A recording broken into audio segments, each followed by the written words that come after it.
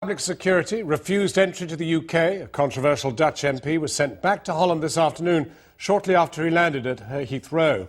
Geert Wilders was due to show his film Fitna, which describes the Quran as a fascist book. It has sparked scores of violent protests across the Arab world. The government called the film a threat to public security. But Mr Wilders said Gordon Brown was the biggest coward in Europe who had set back freedom of speech hundreds of years. Kamian Zeram has this report.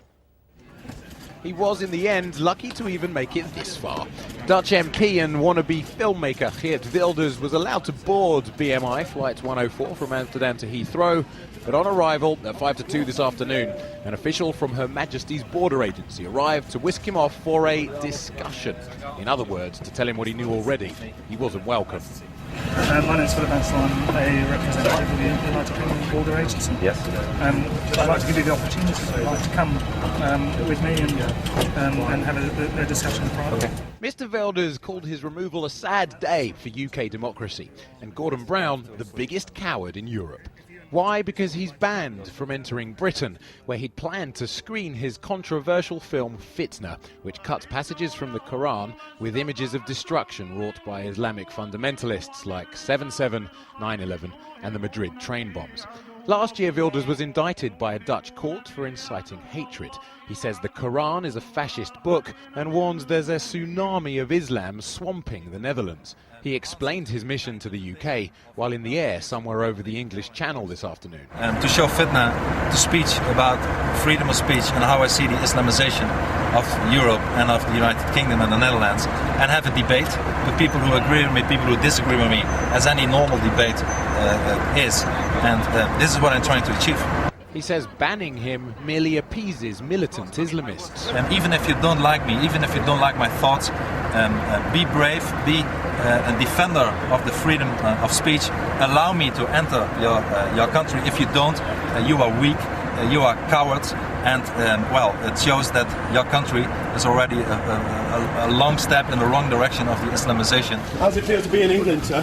Well, I couldn't have a better welcome. But his visit didn't last very long, for Mr Wilders' entreaties failed to impress the Home Office.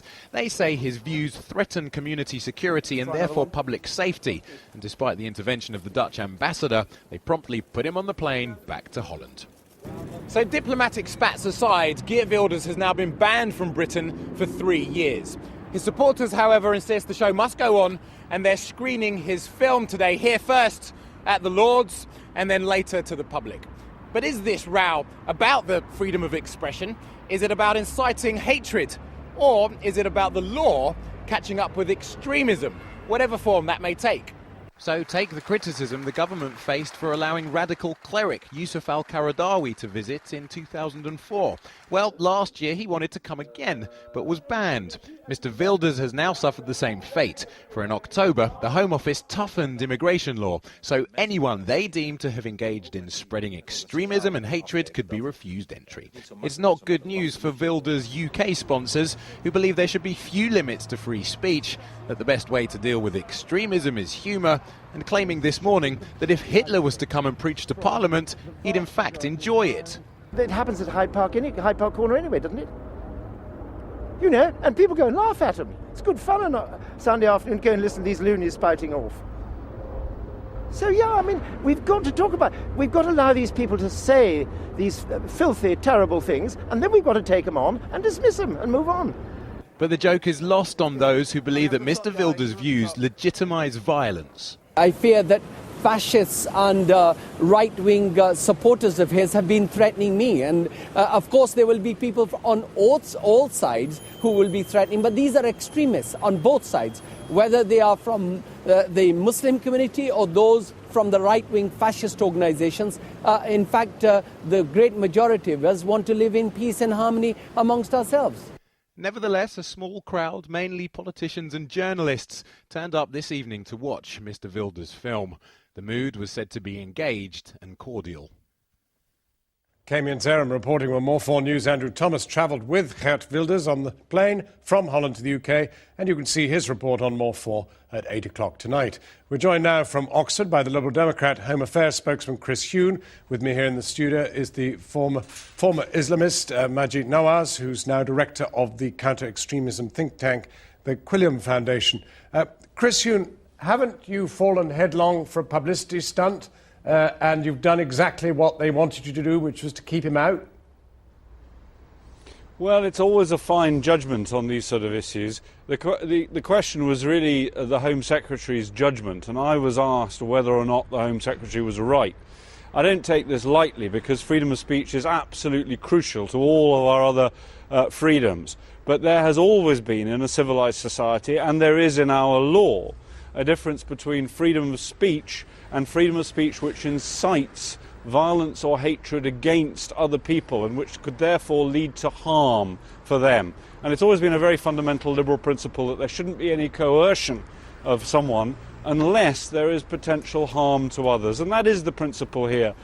Would he, if he was to be here and to be coming up with the sort of views which are available in his film, would he be inciting violence and hatred? And I believe he would be. And that is against the law of this country. And I think it's right that it's against the law because that is what oversteps the mark in a civilised society. Well, Majid Nawaz, surely that is the danger. That's obviously what the Home Secretary was persuaded of, was that if this guy was here, he'd be a focal point for very violent disruption. Actually, John, I think it's entirely the opposite. This man was here in December. He's been to this country before, and nobody noticed him. What we've done... Well, he wasn't pumping around flogging his movie then, was he? Well, he was. He's been constantly trying to get attention for his movie, and what we've done by banning him is giving him exactly the sort of attention that he wants. He's now been made into a martyr. I mean, the Muslim communities in this country don't need people to defend their faith in this way by banning and shutting down debate. Our faith has been criticised for centuries. 1.5 billion Muslims in the world are not going to suddenly apostatise because of this film. Yeah, look, you've seen the film. I have, yes. And I think both of you have seen the film, and I'll ask Chris Huhne about it in a moment, but it is a highly offensive film. Of course it is, and that's why in our press release, the Quilliam Foundation challenged Geert Wilders to a debate, as my co-director Ed Hussein has previously debated Ayaan Hirsi Ali. We believe that we can win that debate. My freedom of speech has now been curtailed from having that debate. I'm prevented from exposing this man's ideas because of the knee-jerk reaction by government to banning him in entering this country. Well, Chris Huhne, what about the debate? And is it even worth having with a man like this? Well, the truth is that there is already a debate about these ideas, and that will be ongoing, and you're having one on this programme right now. But the truth is that this movie is not just about offensive opinions. I happily defend anyone for having offensive opinions, wrong opinions. I mean, I've gone overboard in defending the rights of people who, frankly, I completely disagree with, and that's a fundamental liberal principle.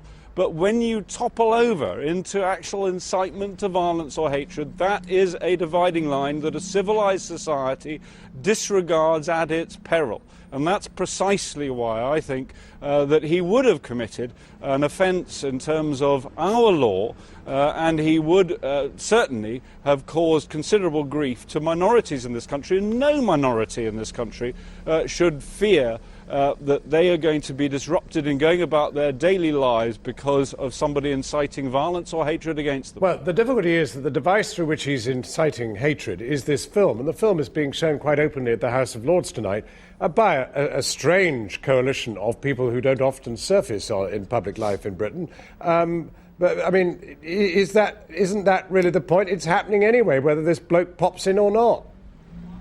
Well, I think that his arrival and his ability to put those opinions across personally, frankly, would put him in danger. I've no doubt that if this film represents his views, then he would be in danger of going over that limit, which we've set out in the law to protect people from violence and from hatred. And that does seem to me absolutely right, that we should defend freedom of speech in every other circumstance, but where it is at risk of creating harm, where it creates harm to others, then we have to draw the line. OK, I mean, now, of course, you get into the substance, which we've not really discussed, which is the intersplicing of atrocities committed by people who said they did them in the name of the Quran with verses from the Quran. And now, that's not an unreasonable thing to discuss, is it? Yes, of course not. And they are the people that need to be banned. And I disagree respectfully with Chris. This film does not incite violence. The government's prohibition on Qaradawi, the Muslim Brotherhood cleric, travelling to this country, we didn't criticise, and that's because Qaradawi justifies suicide bombings. The red line must be violence. But by banning this man, all we're doing is giving... Just hang on, the actual film, though, is the film offensive? The film is offensive to me, but then that's the whole point. I would like to have the opportunity to debate that. But are there points in it that are worth debating? I think there are points that are worth debating because there are individuals using the Quran to justify violence. I disagree. For example, the entirely. Madrid bombings are interspliced with a verse from the Quran. Of course they are. And Geert Wilders is guilty of the very same thing Al-Qaeda are guilty of, which is using the Quran to justify that interpretation. He happens to reject it, Al-Qaeda promote it, but they're two sides to the same coin, and that's why we'd like to debate these ideas. And he does not promote violence. That's the difference between him and others. Majid Nawaz and Chris Huhn, thank you both very much indeed for talking to us.